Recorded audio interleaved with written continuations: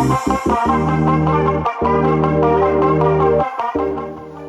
guys, welcome to Diecast, and in this video, I will be reviewing one of my recent purchases actually.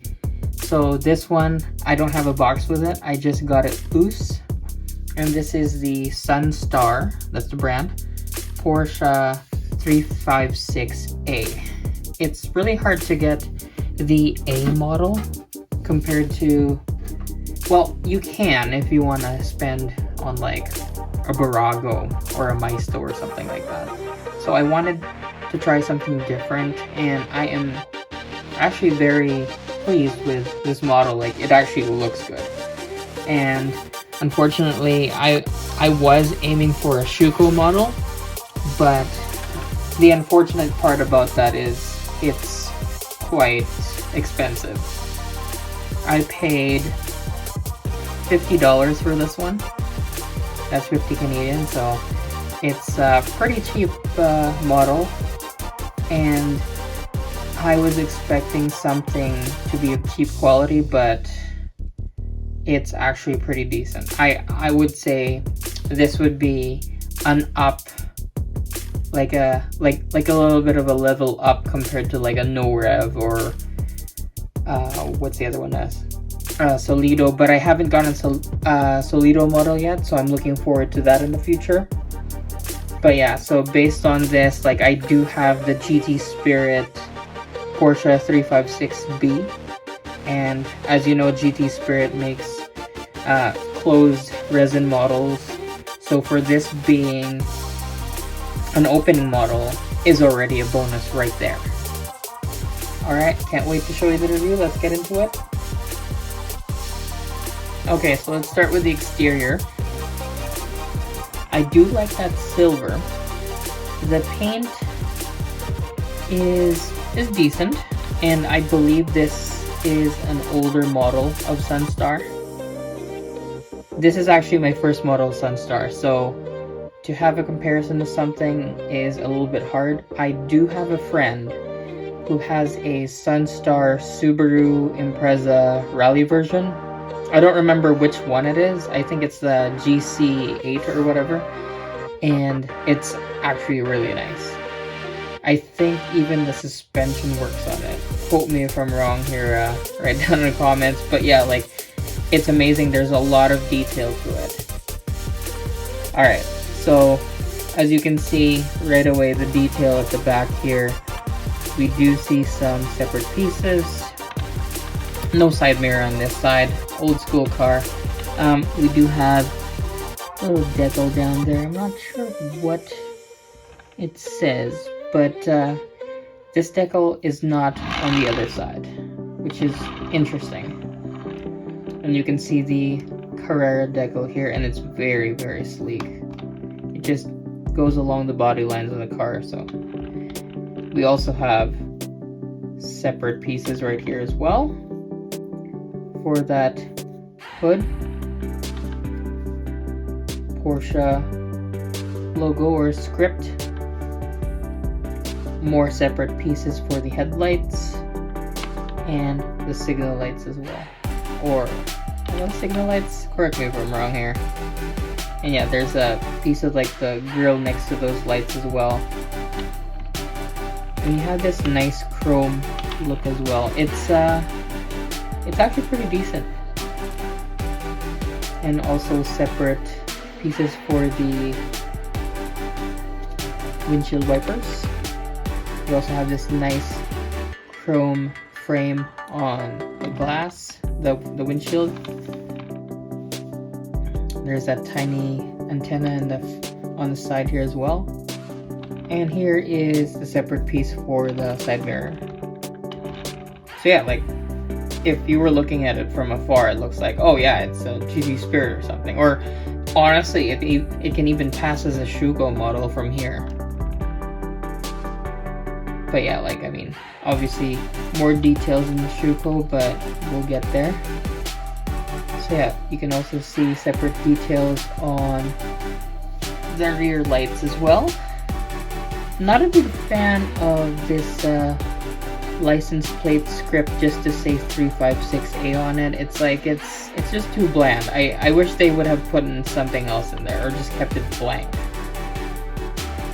I think in the near future it would be nice to put like a personalized license plate. I know you can get those decals, excuse me. I think you can get those decals somewhere. And if we zoom in, we can also see that nice decal of the Porsche as well.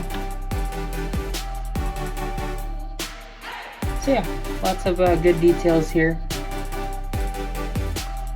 And here's the underside of the model. So we see some suspension details, just a little bit. It's very Maisto-like down here. And you can see right there, 356A, 1956, and by Sunstar right here. And there is some detail for the engine and the transmission, but it's nothing too complicated. Even the exhaust, it's not even like a hole, right? Like it's just a piece of plastic, so that's where they cut corners there. Alright, wheel detail. You see that nice chrome center. And we do have those nice OEM wheels.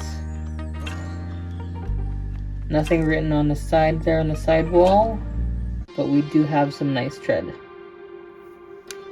And I believe it's the same size and diameter for the rears as well. Not bad, not bad. Okay, so let's go with the interior now. So I believe, yeah, so it does have a frame on it. Just trying to be careful. And I'm not using my pick right now just because it's a little bit harder to open. It feels fresh. Okay, one of the best parts that surprised me when I got this model. Wait for it. Yep, they recline. The seats recline. What is this, a CMC? That's insane. Like, look at that. They just recline. Sorry. Look at that. Look at that. Who made the effort to make those recline? That's insane. Okay, let's see the details in here. Let's see if I can open this one. Nope, that's as far as it goes. So we do have some decent detail here. You can see the pieces are separately painted or coated or whatever. Like the chrome pieces are actually there. The what do you call that, the door crank for the window. We don't get much texture on the inside. It's all pretty much the same color and paint or whatever, and yeah, there's no distinguishable differences in texture. Let me feel that. Like, I know it's a bit dusty, I apologize. There's a little bit of a difference in texture on the floor. Like, you can actually see there's some texture on it. That's not too bad. A little bit dusty, needs a cleaning. Might do a video soon. We do see some separate components, and they're very painted. Actually quite detailed.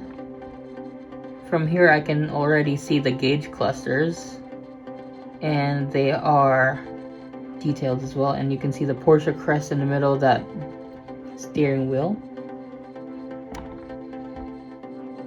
No pattern on the shift knob. I don't know if they did. Okay, so let's get to the frunk. See what you got here. Opens nice, stays open, nice. We got a full spare. Can we move it? No, you can't move it. So it's kind of stuck there in place. It kind of feels like you can take it out, hey? But no, you can't. Yeah, the hinge opens very well. It actually stays in place very well, so that's good. And you got a full size spare as well. Yeah, let's check this side out. Yeah, like the doors are very stuck in place. Like they're actually well made. It's not lazy or anything, but it's that old type of hinge there. kind of like the Maisto hinge that we have, like, because it doesn't like slam into place, like it's not spring loaded or anything like that, like the AutoWorks and whatnot. That's okay. And again, you know, like, this is why it's a cheaper model. Yeah, so you can see the detail on the gauges there, which is nice. You can see the pedals. So far, a pretty cool car. And of course, this side also reclines. See that? See that? Look at that, look at that. Look how it just reclines like that. The only other model that I know who has reclining seats would be CMC. Correct me if I'm wrong. Please write down in the comments if there's any other model that has reclining seats. But that's attention to detail. That's crazy. Who knew? Who knew? Before we go to the engine compartment, nothing at the back there. I don't even know if you can fit a person back there. So yeah, engine compartment also opens nicely, and not much to see. Some decent detail. It's not too bad. You can see the accessory belt there. It's not bad, but again, lacking of detail, right? Like there's nothing to it. It's very Maisto-like when you open it up. But everything on the inside, I mean, like on the exterior, sorry, is very detailed. And I like how everything just opens up, like there is some pressure to apply on it. So it like it just feels like it wasn't played with and whatnot, or there's just, I don't know, it's just a good quality. So yeah, well, that's it for this video, and I hope you guys enjoyed. Thanks for watching, and I will see you guys on the next video. Please like, comment, and subscribe. Have a good one.